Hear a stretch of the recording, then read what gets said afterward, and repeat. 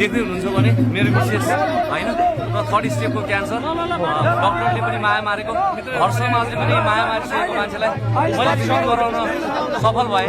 साँच्चीकै म बस्नुपर्छ, मेरो छोरा बस्नुपर्छ भने मैले विशेषलाई पनि बचाउनुपर्छ भन्ने मलाई लाग्यो। जसरी देशलाई थर्ड स्टेप, जसरी मेरो विशेषलाई थर्ड स्टेपको क्यान्सर मैले निर्मूल बनाएँ र अहिले मैले हष्टपुष्ट मसँग हिँड्ने बनाएँ, त्यस्तै यो देश पनि थर्ड स्टेप भन्दा फोर्थ स्टेपको क्यान्सरमा जान लाग्छ। त्यसकारण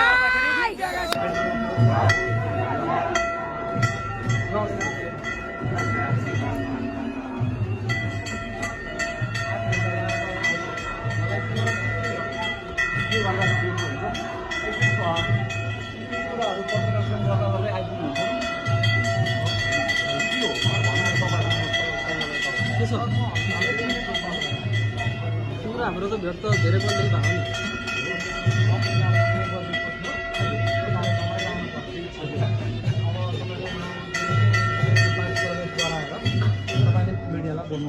हुन्छ हुन्छ हुन्छ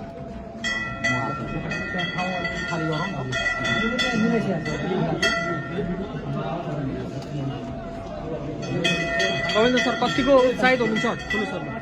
एकदम राम्रो छ, एकदम राम्रो छ। साथीहरू चाहिँ नयाँ एउटा उपहार ल्याउने गरी साथीहरू जोडिराख्नु भएको छ।